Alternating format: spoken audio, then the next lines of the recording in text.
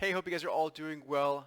Today we're going to look at a very simple but very effective indicator, if you will, that you can pull up on any charting platform that allows you to gauge the strength of, in this case, we're looking at the stock market. And very simple, what it is, and I'll explain exactly how it works and how to use it, is measuring the new highs new highs being made in a given index. In this case, we're looking at the New York Stock Exchange a composite, or the New York Stock Exchange listed equities, and how many of those are making new highs. And if we relate this to the current market, or let's say the 2021 market, you can see that through 2020, last year, October, and throughout the autumn period, and then right into the spring, we made a lot of new highs, and that propelled the stock market higher, new highs,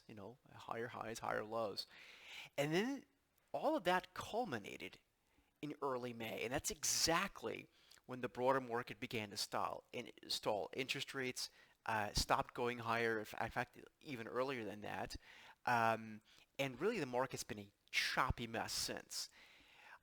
It's a very simple way of gauging what the odds are of the broader equity market, not individual sectors necessarily, but the broader equity market to continue to make highs, to even go directionally to the upside. And you can use the inverse of this, which would be the new lows.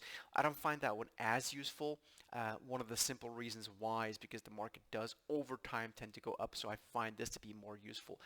But it's a wonderful tool to make sure you remain on the right side of the market, and most importantly, stay out of choppy markets. So one thing you can do is just make this like a weekly chart.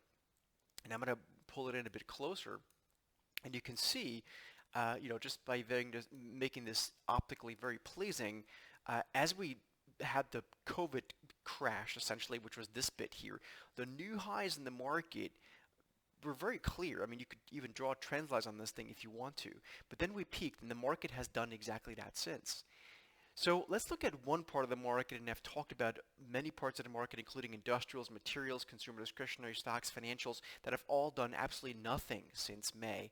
One thing that we want to talk about as well, and by the way, small caps as well, but one thing we haven't talked about yet, and I'm going to go back and make this a candlestick chart, is what this looks like for mid-capitalization stocks. And I have this, again, a weekly chart. And here too, you can see the stock market is in a very, very, very choppy mess. Again, not surprisingly, since late April, early May, right? Exactly coinciding with that series of new highs and peaking at making those crazy amounts of highs you just saw in that previous charts. So use that tool. It's a very simple New York Stock Exchange composite, a new highs index. I think any charting platform should have something like that.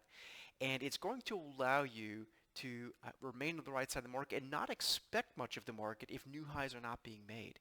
There's no momentum in the stock market right now. And that's something to respect. And the best traders and investors and portfolio managers that I know really respect that. And when there's no hay to be made, there's no sense in trying to press bets. Keep that in mind. We do think the fourth quarter is going to be where all the things happen together. I'll make a special video on that soon. Take care and trade them well.